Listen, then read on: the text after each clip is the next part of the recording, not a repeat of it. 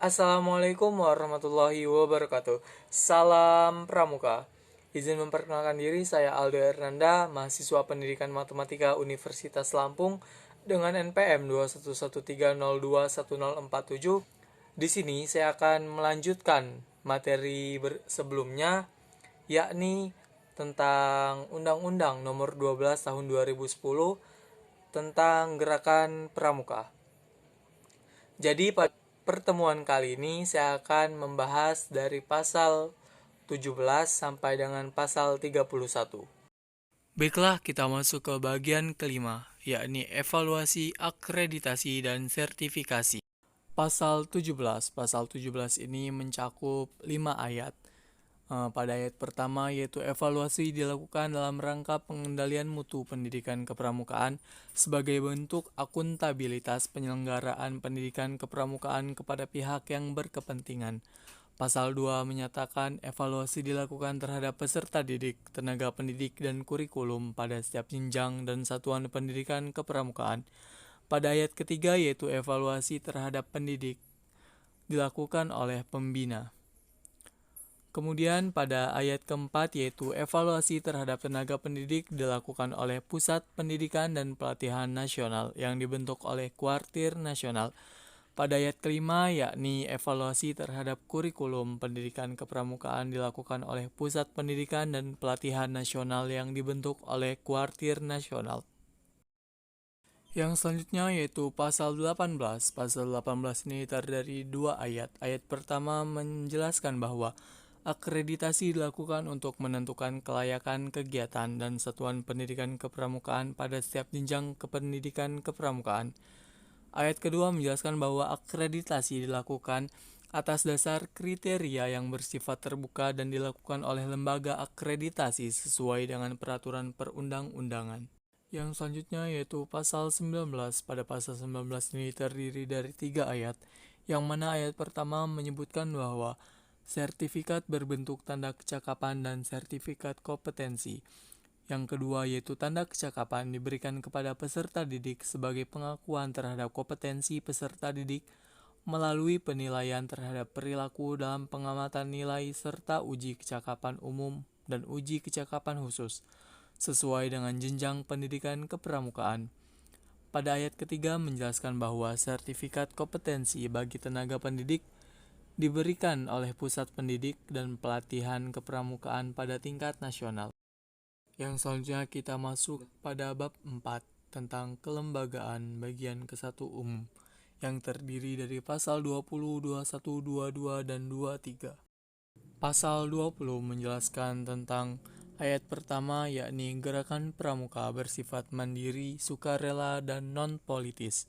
Pada ayat kedua menjelaskan bahwa satuan organisasi gerakan pramuka terdiri atas 2 bagian, yakni gugus depan dan kuartir.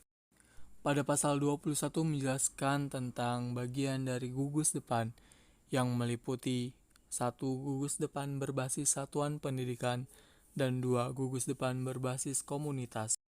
Pada pasal 22 menjelaskan bahwa ayat pertama yakni gugus depan berbasis satuan pendidikan meliputi gugus depan lingkungan pendidikan formal. Kemudian pada ayat 2, gugus depan berbasis komunitas meliputi gugus depan komunitas kewilayahan, agama, profesi, organisasi, kemasyarakatan, dan komunitas lain. Pada pasal 23 menjelaskan tentang bagian dari kuartir.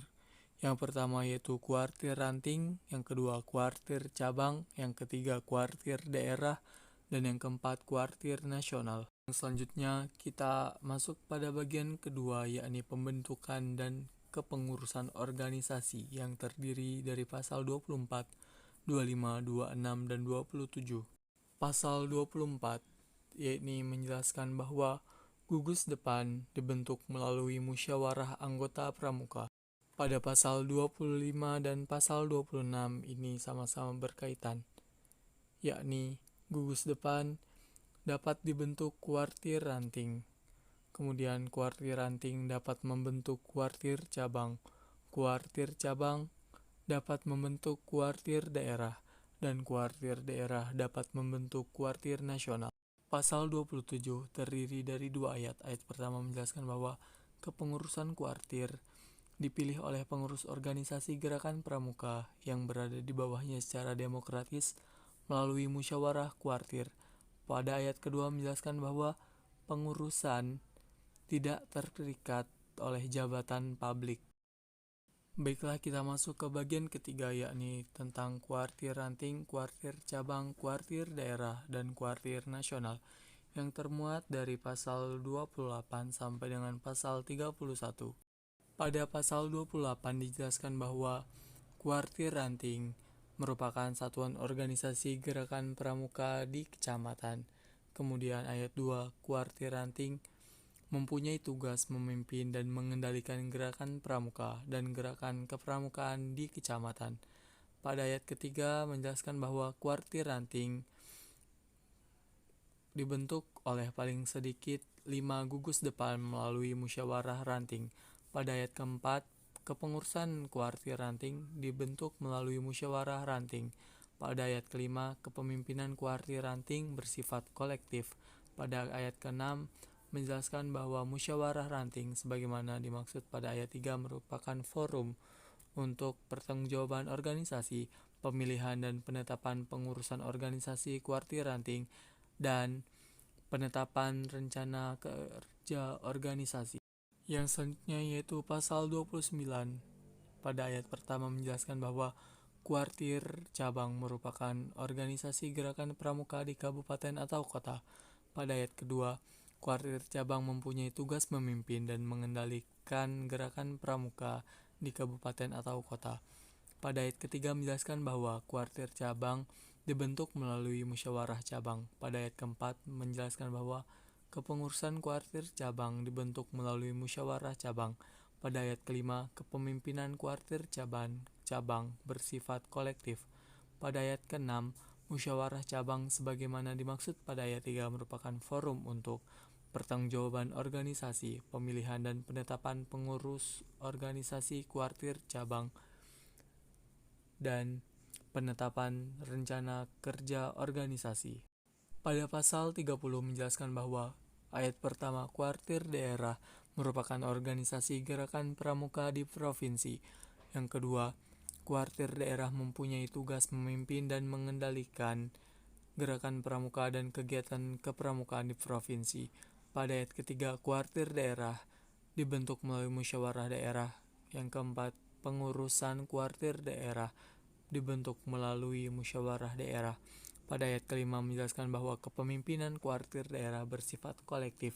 Pada ayat keenam, musyawarah daerah merupakan forum untuk yang pertama pertanggungjawaban organisasi, yang kedua pemilihan dan penetapan kepengurusan organisasi kuartir daerah, dan yang ketiga penetapan rencana kerja organisasi.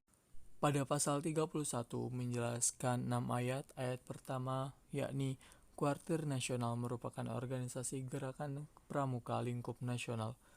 Pada ayat kedua, kuartir nasional mempunyai tugas memimpin dan mengendalikan gerakan pramuka serta kegiatan kepramukaan lingkup nasional. Pada ayat ketiga, kuartir nasional sebagaimana dimaksud pada ayat 1 dibentuk oleh musyawarah nasional. Kemudian ayat keempat, kepengurusan kuartir nasional dibentuk melalui musyawarah nasional.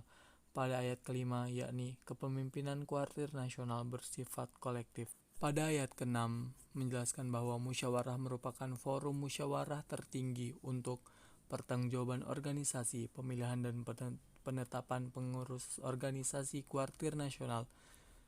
Kemudian perubahan dan penetapan anggaran dasar dan anggaran rumah tangga. Yang keempat, penetapan rencana kerja strategis organisasi. Sekian yang dapat saya sampaikan, kurang lebihnya saya mohon maaf. Saya akhiri, wassalamualaikum warahmatullahi wabarakatuh. Salam Pramuka.